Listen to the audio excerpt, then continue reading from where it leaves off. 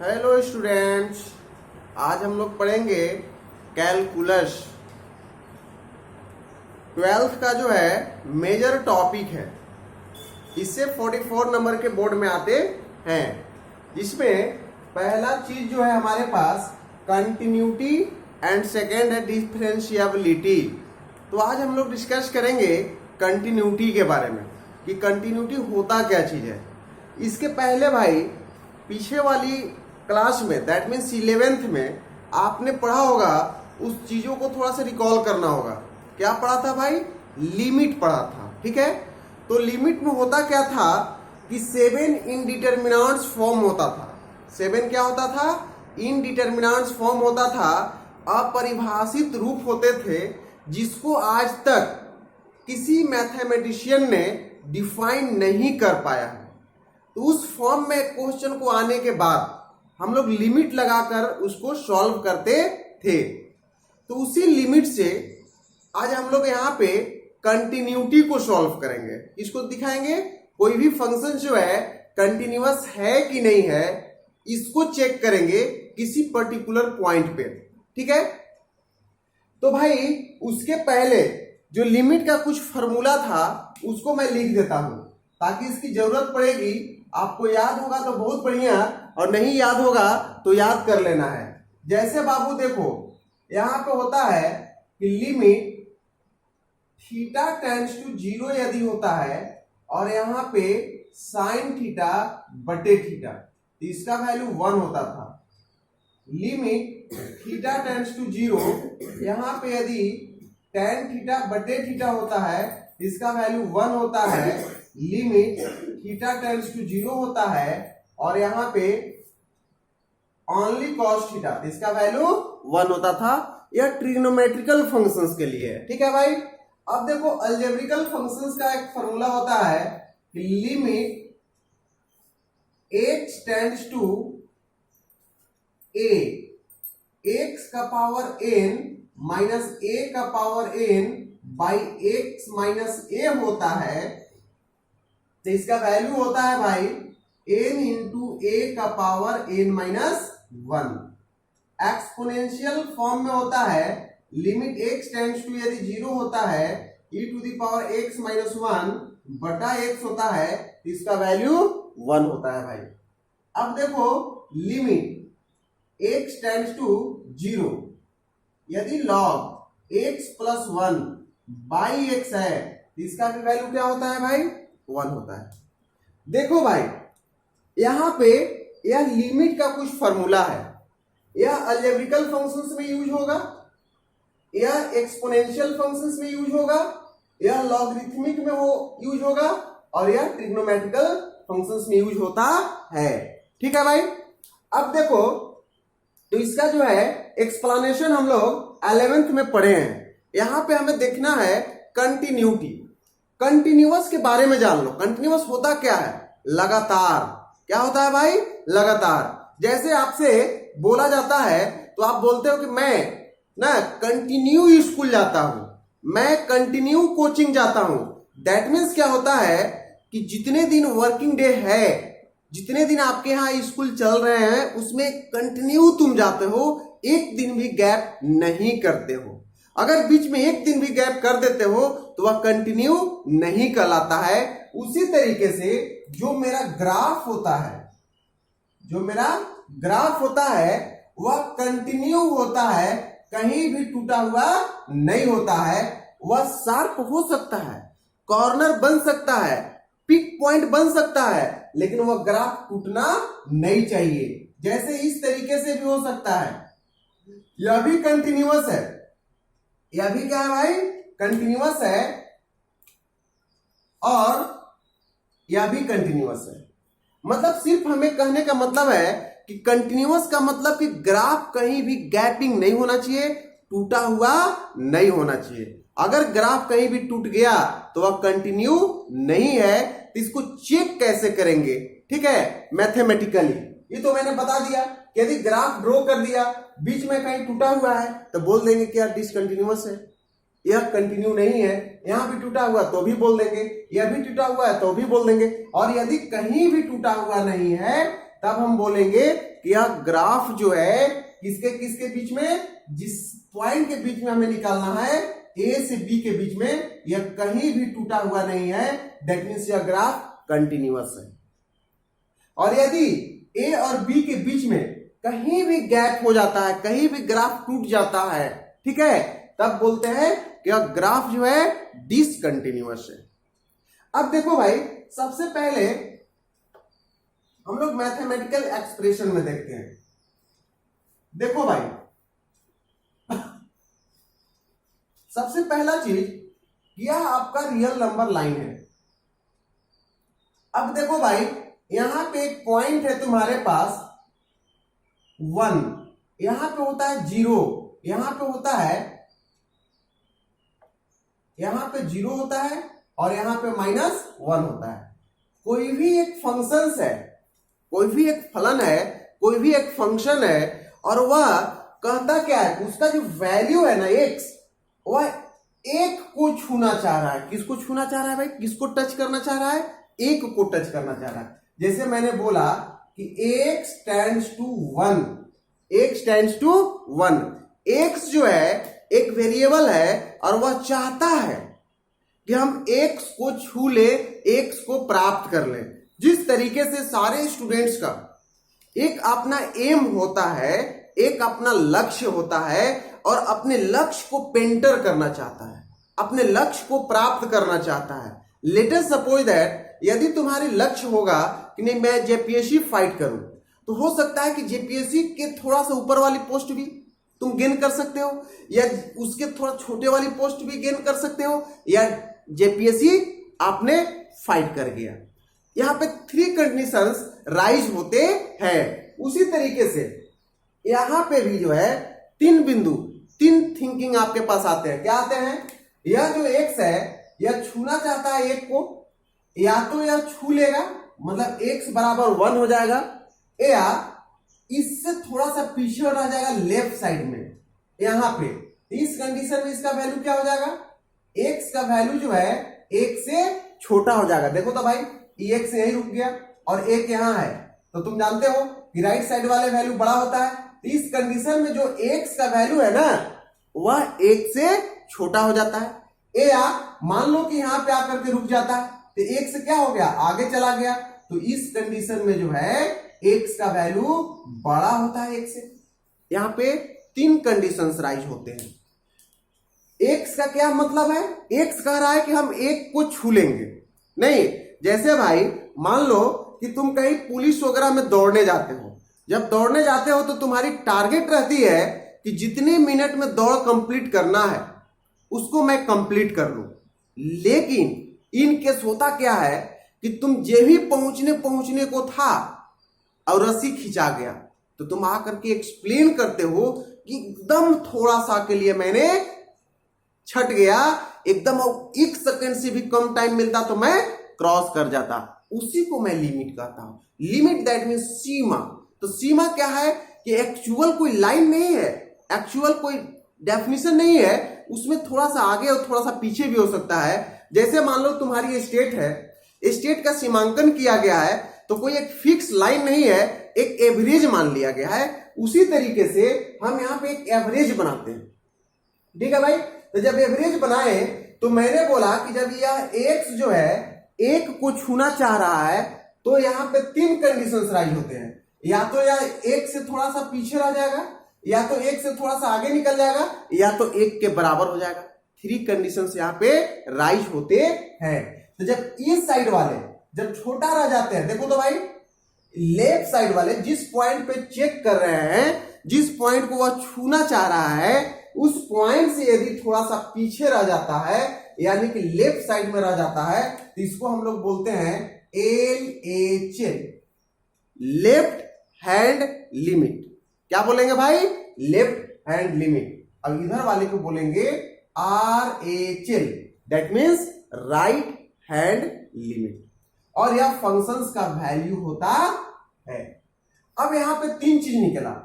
Left hand limit में कौन सा वैल्यू लेंगे, वही वैल्यू लेंगे जो x से, जिस पॉइंट पे चेक कर रहे हैं वह पॉइंट जो है बड़ा होना चाहिए x से, और राइट साइड में वही वैल्यू लेंगे जिसमें जिस पॉइंट पे चेक कर रहे हैं वह एक से छोटा होना चाहिए।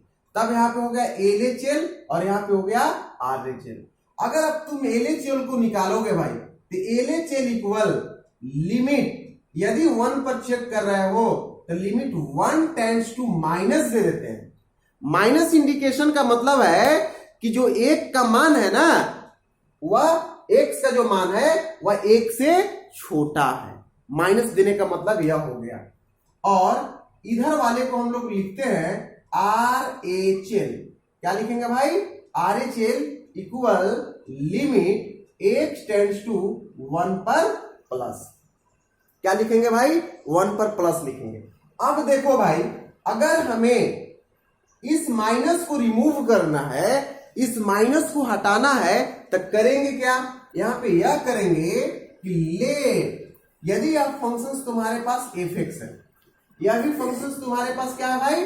fx है, तब क्या करोगे तुम? तब करेंगे यहां पे यह कि लेट x टेंड्स टू, मतलब x बराबर 1 माइनस h। देखो तो भाई वाह, यहां पे जो है x में इतना सा बड़ा है h, थोड़ा सा ही ना है। h का मतलब होता है इनफाइनिटेसिमल वैल्यू, मतलब बहुत छोटी सी वैल्यू, इतना छोटा कि एक सुई के नोक के 1,00,000वां पार्ट के बराबर, मतलब कि लगभग 0 के बराबर होता है। हमें ऐसे दिखाई नहीं देता है। जैसे मान लो कि तुम कभी कभी क्रिकेट मैच देखते हो। जब क्रिकेट मैच देखते हो भाई तो हमें लगता है कि बल्ला से लग करके बॉल गया और कैच हो गया, हम लोग आउट बोलते हैं। तब जो है वहां पे जो एम्पायर होता है वह नॉट आउट देता है, तो फिर से वो पब्लिक को रिव्यू करके दिखाता है, उसको बहुत बड़ा बोल्ड करके दिखाता है। तब हम लोगों को पता चलता है कि वह बल्ला में टच नहीं किया था। वही लिमिट है भाई, वही लिमिट है, मतलब एकदम छोटा सा वैल्यू। उसी तरीके से यह जो एच है ना, वो एकदम छोटा है, लगभग 0 के बराबर है। तो यह इतना पीछे था, एच पीछे था, तो यदि एक में से एच घटा दिया तो यह एक्स के बराबर हो गया। एक चीज को तुम समझोगे भाई, व्हेन x टेंड्स टू 1, यदि x 1 को छूना चाह रहा है तो देन, तो h जो गैप है बीच में वह कितना हो जाएगा? 0 हो जाएगा। देखो ना भाई, यदि ये वाला x चढ़ जाएगा इस पर, तो जो इसमें बीच में गैप था वो खत्म हो जाएगा। खत्म हो जाएगा मतलब उसका वैल्यू 0 के बराबर हो जाएगा। यानी कि यदि x कभी x जो है कभी 1 के बराबर होगा तो h जो है मस्ट है कि वह 0 के बराबर होगा। यह मेरा वैल्यू आ गया किसका भाई? LHL का। यदि RHL में तुम लेट करते हो तो let x equal 1 plus h लेंगे भाई। देखो तो भाई, यहां पे थोड़ा सा आगे है ना, यहां पे जो है x का वैल्यू बड़ा है किससे? 1 से, तब 1 में ऐड करेंगे। कितना ऐड करेंगे? वही h ऐड करेंगे, इनफिनिटेसिमल नंबर। अब देखो तो भाई, यहां भी वही condition, when x tends to 1, अगर x जब कभी 1 के बराबर हो जाएगा तो देन h टेंड्स टू 0 हो जाएगा। तब h किसके बराबर हो जाएगा भाई? 0 के बराबर हो जाएगा। यानी कि इस तरीके से हम LHL वाले माइनस को रिमूव करेंगे और इसको कंफर्म लिमिट फॉर्म में ले आएंगे। अब देखो भाई होता क्या है, यदि LHL इक्वल होता है RHL का, यदि LHL RHL के इक्वल हो जाता है तो लिमिट एग्जिस्ट करता है, लिमिट एग्जिस्ट करता है। यानी कि इस दुनिया में लिमिट है। कब?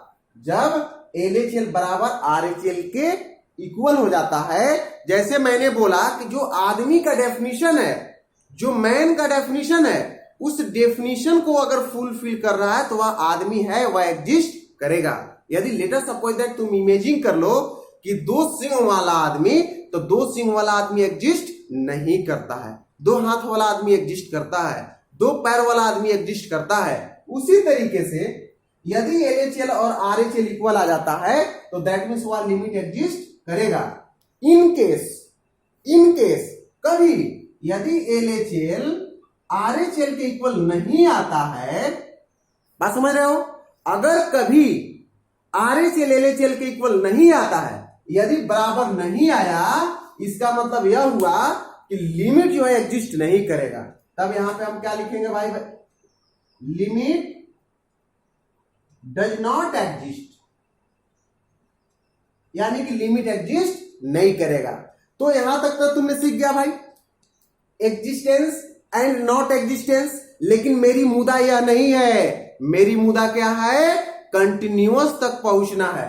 अब देखो भाई कंटिन्यूटी का क्या रूल्स होता है, यदि तुम्हारे पास LHL equal RHL, LHL equal RHL equal function का डायरेक्ट वैल्यू, फंक्शनल वैल्यू और लिमिट एग्जिस्ट करे तो इक्वल आता है, तब बोलते हैं कि it is continuous, it is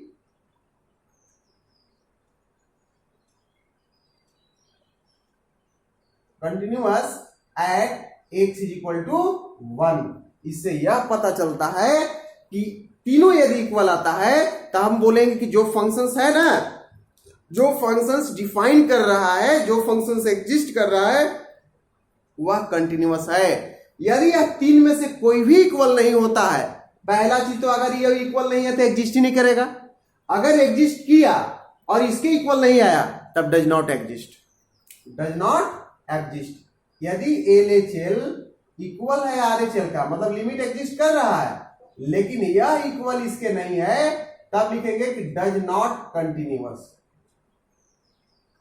does not continuous, यह हो जाएगा भाई does not continuous.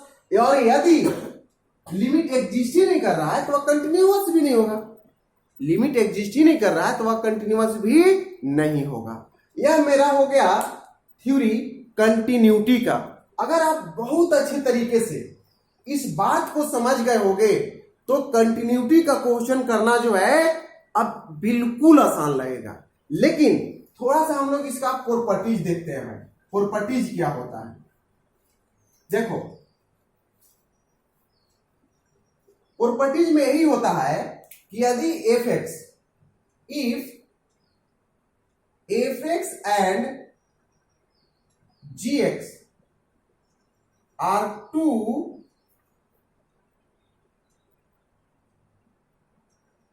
continuous function, then तब क्या होता है भाई, अगर आपके पास दो ठो फंक्शन है f(x) एंड g(x) और वह कंटिन्यूअस है, यानी कि जो कंटिन्यूअस का क्राइटेरिया है ना, उस सारे क्राइटेरिया को वह फुलफिल करता है। अब क्या करते हैं कि यदि यह दोनों कंटिन्यूअस फंक्शंस को हम ऐड करते हैं, f(x) प्लस g(x) करते हैं, तो इसका जो रिजल्ट आता है ना वह भी कंटिन्यूअस होता है। क्या होता है भाई, कंटिन्यूअस होता है। और यदि दोनों को सब्ट्रैक्ट भी कर देना f(x) माइनस g(x), तो इसका रिजल्ट जो आएगा ना वह भी कंटिन्यूअस होगा। ठीक है भाई। और यदि दोनों को प्रोडक्ट भी हम कर लें, गुना भी कर लें, तो इसका जो रिजल्ट आएगा ना वह भी कंटिन्यूअस होगा। और यदि ये दोनों का भाग भी कर दे f(x) इक्वल टू g(x), याद रखना भाई कि g(x) is not equal to 0। अगर g(x) 0 के बराबर हो जाएगा तो डज नॉट डिफाइंड, चूंकि डिनोमिनेटर नेवर भी 0। हम जानते हैं कि जो डिनोमिनेटर होता है, जो हर होता है, कभी 0 नहीं होता है। अगर 0 हो गया तो वह अपरिभाषित हो जाएगा। आज तक उसको किसी मैथमेटिशियन ने परिभाषित नहीं किया है। हो सकता है कि अगले टर्म में आप उसको परिभाषित कर सकते हो। Never thing is impossible. कोई भी चीज जो है दुनिया में इम्पॉसिबल नहीं है, सारा पॉसिबल है जब तुम चाहोगे। देखो भाई, अब यहां पे आता क्या है, यह प्रॉपर्टीज को आपको याद रखना है। यदि दो कंटिन्यूअस फंक्शंस है और उसका सब्ट्रैक्शन या एडिशन वह भी कंटिन्यूअस होता है, उसका मल्टीप्लीकेशन और डिवीजन वह भी कंटिन्यूअस होता है। यह मेरा जो है प्रॉपर्टीज हो गया कंटिन्यूटी का। तो हम लोग को पढ़ना है कंटिन्यूटी एंड डिफरेंशिएबिलिटी। लेकिन सबसे पहले मैं कंटिन्यूटी के बारे में सोचा, कंटिन्यूटी का कुछ क्वेश्चन को करेंगे, इसके बाद आएंगे डिफरेंशिएबिलिटी पर। तो देखो भाई, यह तो जो है किसी पर्टिकुलर पॉइंट पे मैंने चेक किया, पर्टिकुलर पॉइंट पे चेक करना सिखाया। यदि किसी इंटरवल पे अगर x कंटिन्यूअस है और कोई इंटरवल दिया हुआ है a से b, मैंने बोला कि इंटरवल a से b में यह कंटिन्यूअस है कि नहीं है, तब क्या करते हैं, जो a वाला पॉइंट है ना, जो लेफ्ट साइड वाला इंटरवल है, उस इंटरवल का RHL फाइंड करेंगे।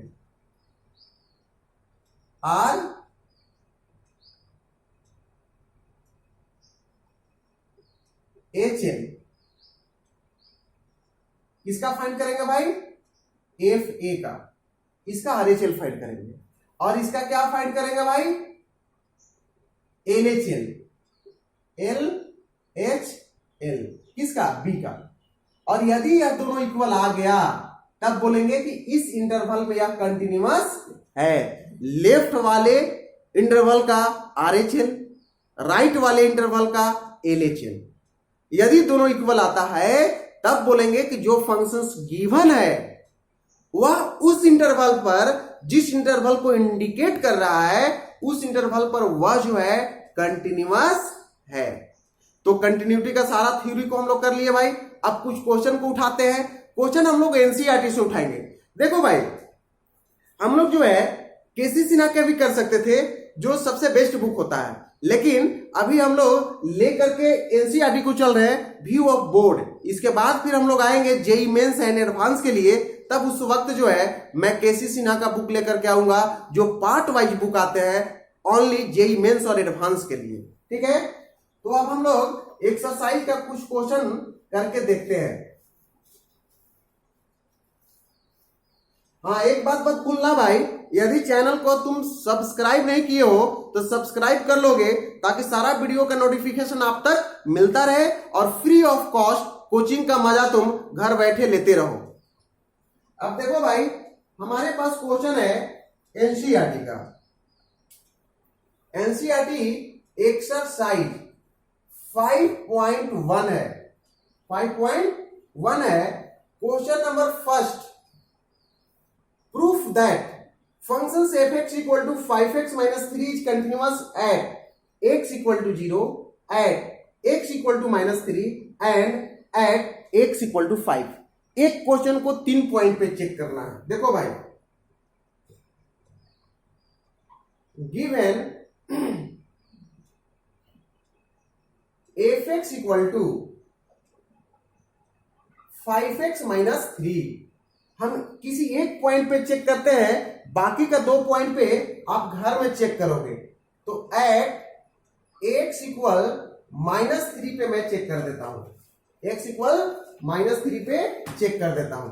अब देखो तो भाई, इसको चेक करने के लिए तुम करोगे क्या, करना कुछ नहीं है भाई, जो पीछे थ्योरी बताया हूं ना वही करना है। यानी कि सबसे पहले मैं LHL निकालूंगा, LHL में वैल्यू आता है लिमिट h टेंड्स टू -3 पे माइनस fx का यहाँ एक ही वैल्यू है भाई, इसीलिए वह greater than, less than, equal to सब में एक ही वैल्यू को रखेंगे। तो देखो तो भाई, तुम्हारे पास आएगा क्या, लिमिट h टेंड्स टू -3 पर माइनस fx का वैल्यू आ गया 5x minus 3। अब मैंने बोला था कि जो माथा पर इसका माइनस चढ़ा दिया है, उस माइनस को रिमूव करना होगा। तुम जानते हो ना भाई, यदि तुम्हारे माथे कोई कलंक लगा देता है तो उस कलंक को तुम हटाना चाहते हो बहुत बढ़िया काम करके, उसी तरीके से इस -3 के ऊपर यदि माथे पर मैं माइनस लगा दिया हूं तो उस माइनस को हमें रिमूव करना होगा। तो रिमूव करने के लिए मैंने तुम्हें बताया था कि कैसे करना है। तो देखो भाई, करेंगे क्या, let x equal -3 minus h, x equal -3 minus h ले लिया। जस्ट मैंने बोला था भाई व्हेन यदि x -3 को छू लेगा, यदि x किसके बराबर हो जाएगा, -3 के बराबर हो जाएगा, तो देन तो h को क्या होना पड़ेगा, h को 0 होना पड़ेगा। ऑलरेडी h 0 हो जाएगा। यदि x -3 के बराबर हो जाएगा तो h 0 हो ही जाएगा। अब देखो तो भाई, हम जो है x के जगह पे अब क्या रखेंगे, तो 3 -3 h रखेंगे। तो therefore LHL equal limit h tends to 0, और जहां पे तुम्हारे पास x है उस x के जगह पे -3 h लो, -3 पहले से तो है।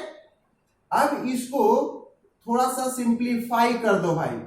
तो जब सिंप्लीफाई करोगे तो 5 3 जा 15, तो -15 -5h और -3। अब देखो तो भाई h का वैल्यू जो है यहां पे 0 रखो, तो -15